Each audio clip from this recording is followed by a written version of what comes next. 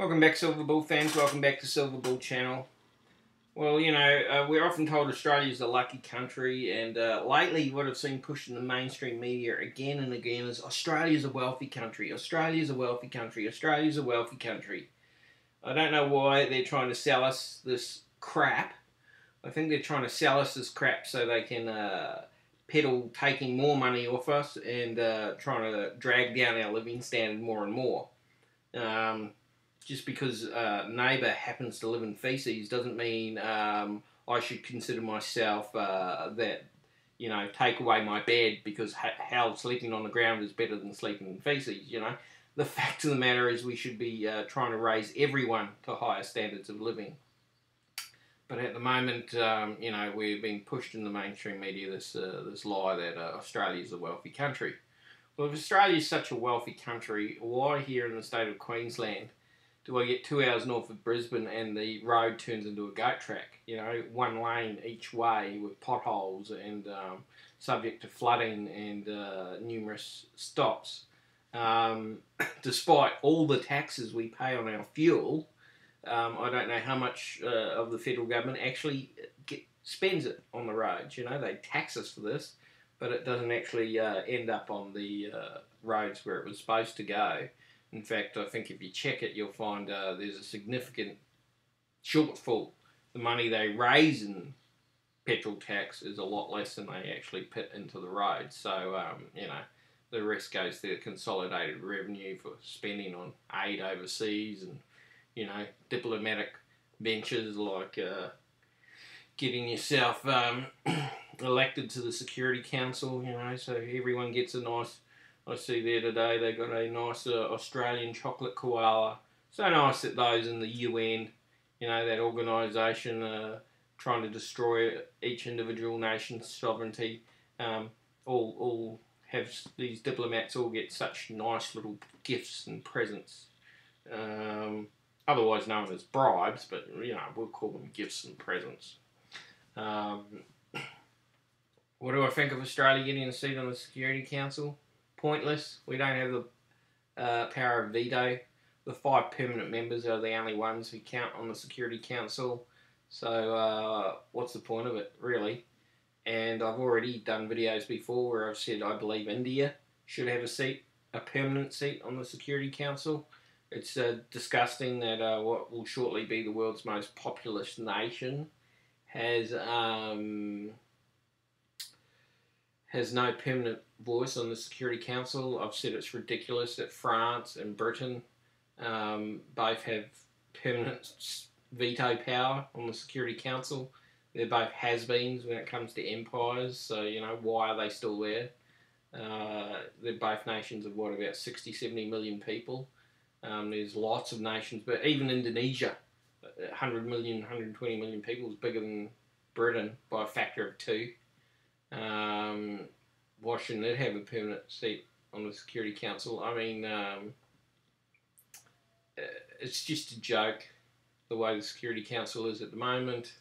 It doesn't seem to improve anyone's security. They're wanting to, they can't sort anything out on Syria. One side wants to bring down the Assad regime, the other side doesn't. It's all just craziness. But going back to my original point, Australia, this wealthy country, no, although our average weekly wage has gone up to $1,000 a week, which sounds really good, there's 2 points you should notice there. First, not everyone earns the average weekly wage.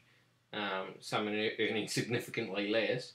And second, just because the wages are higher doesn't mean the standard of living has increased. In fact, every Australian knows anytime you go grocery shopping now, it's almost a dread because it's just ridiculously expensive. No matter how much you try to be, look for the specials or avoid buying the chocolate cake you don't really need or anything else like that, you still end up spending hundreds of dollars for a fortnight's shopping. And then you've got your own other expenses, medical expenses, stuff like that. I've once again got to go under the knife. I've got gallstones, which unfortunately was a side effect of the treatment I tried for 3 months. They warned that it could lead to gallstones. There may have been gallstones already there. It's just helped highlight the issue. But I'm spent the last week in pain and having to pop pills, which I don't like doing. But that's just life sometimes. I've noticed giving me some time to reply to some of the comments on my YouTube videos. It's funny to see what sort of piques people's interest out there, and how upset some people can get when you propose different hypotheses from what is normal. It's not my purpose to upset anyone, but then again, it's not my goal to not put a new idea out there. In fact, most new ideas, which are later accepted as facts, are originally rejected. But Australia is not a lucky country at the moment. A lot of people are very poor. A lot of people own houses now that are worth 10 to 20% less than what they paid for them. Some of them may actually owe more money than on the house than it's currently worth. Therefore, their true wealth is in the minus tens of thousands of dollars. They're bankrupt, basically. If you were to put them in that, force their hand. So they're not wealthy at all. They're actually as poor. They may be actually poorer than a Samoan taro farmer who owns his own land in Samoa. Yes, lives in a grass hut, but it's his. He doesn't owe the bank anything. Yes, he's living from hand to mouth. He has to go out and tend his garden all the time to feed his family. But at the end of the day, he's not going to be sacked from his own growing his own food. Whereas the poor Australian homeowner may be sacked the next day from his job and suddenly not be able to pay his mortgage and lose his house and lose everything and very quickly end up impoverished. So we're not as lucky as some people make out.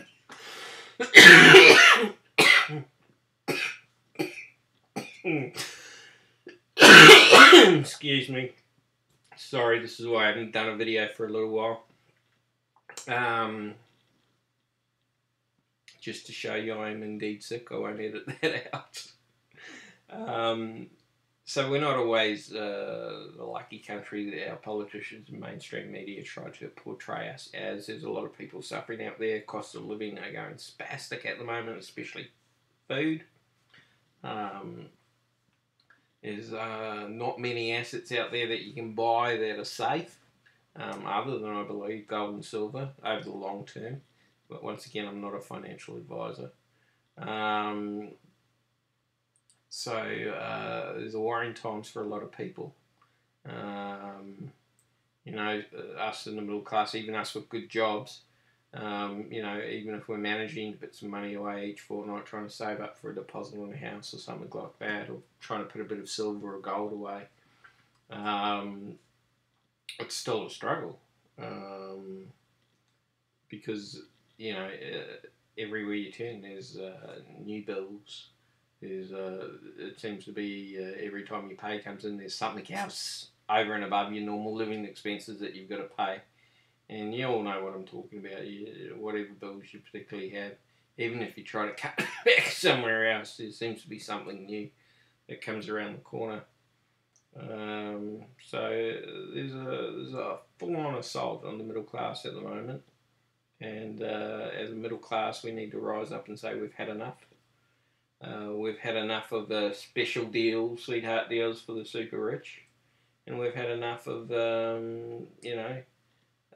supporting unworthy poor. Now, I'm not one, who's ever going to say a retiree doesn't deserve a decent pension and to retire, but I'm not one who's going to say that, we should be out there supporting a drug addict or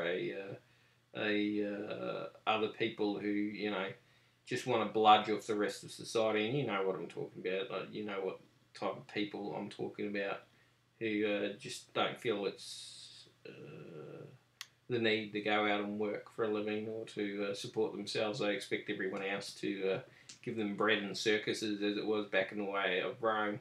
Well, eventually what happens, as what happened in Rome, is the whole system collapses because there's just too many parasites sucking off the whole system.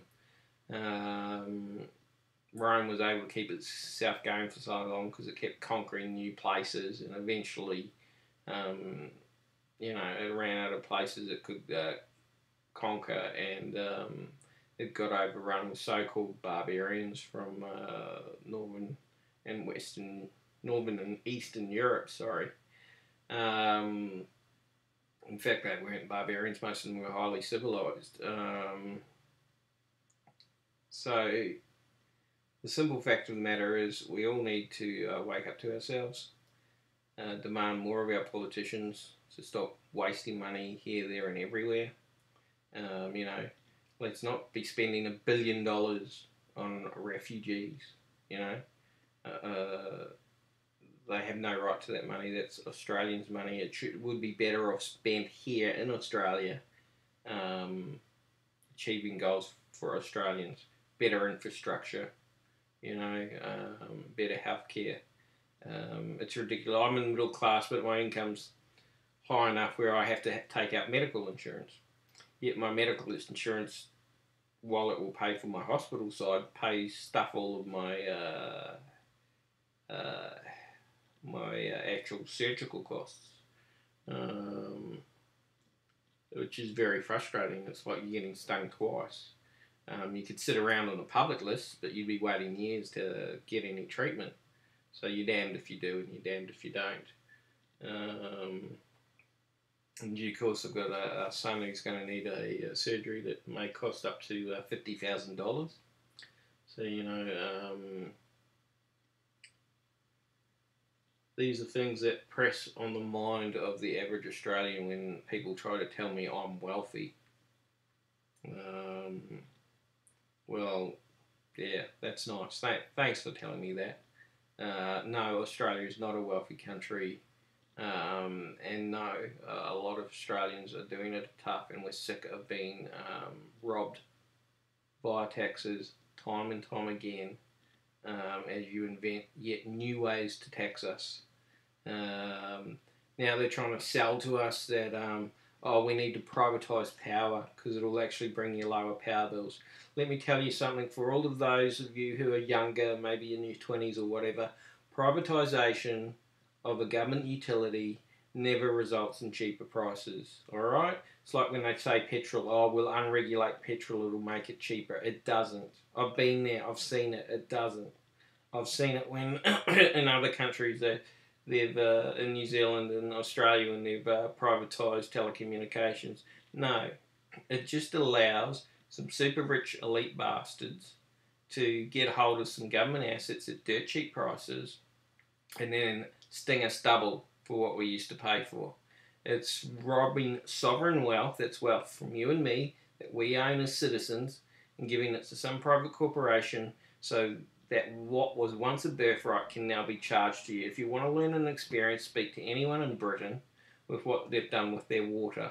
Water comes free from the sky. It's a divine right provided by God.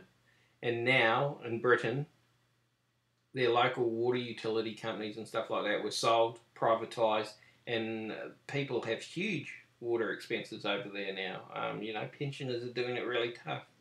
And God forbid if you want to collect any of your water off your roof or something like that, because the local private water company can have you up because it's their property, And we're seeing this corporatisation and fascism where they try to want to own everything. If they could find a way of owning sunlight, they'd claim it as private. They want to own water. They want to own all the basics. You've got your Monsantos who want to own food production. They want to control and own everything. Well, a true Christian, and I'll even say a true Muslim, a true follower of any true religion, that seeks to better man or is about the goodness of man, is about giving ownership to as many people as possible and pointing out there's some divine rights of ownership. everyone, we should have certain assets owned by as many people as possible. The water that falls from the sky is owned by us all. The water that falls on your house, you have first dibs to it. The sunlight that lands on you, stuff like that. I wonder if they'll come up with some cunning plan to tax you for the sunlight that falls on your solar panels. If God forbid the power companies think, oh, we've got too much competition from that. That's my rant for today. That's my thing. Is Australia the lucky country? And keep in touch, fellow YouTubers. We've got the US elections happening. Tweedledum or Tweedledee.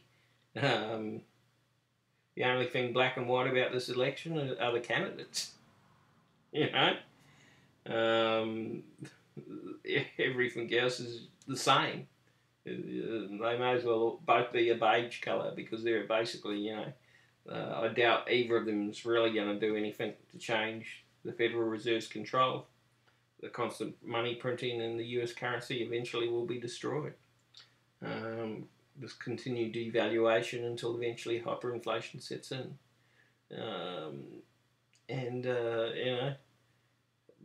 Won't really matter who's in. They seem to want to take on Iran. Well, if they want to do that, no one wants to go anymore to these stupid wars. So no doubt they'll try to run it with robots, predator drones, and all that sort of thing, killing innocent people from miles above in the sky. And they're claiming that it's for some just cause. It's all just, it's disgusting, it's despicable. And to all those Satanist elite out there, I say, you fools, God actually runs the show. He'll call it to an end when he sees fit. And you guys will be held to account for all your satanic activities. And that's Silver Bull Channel's word for today.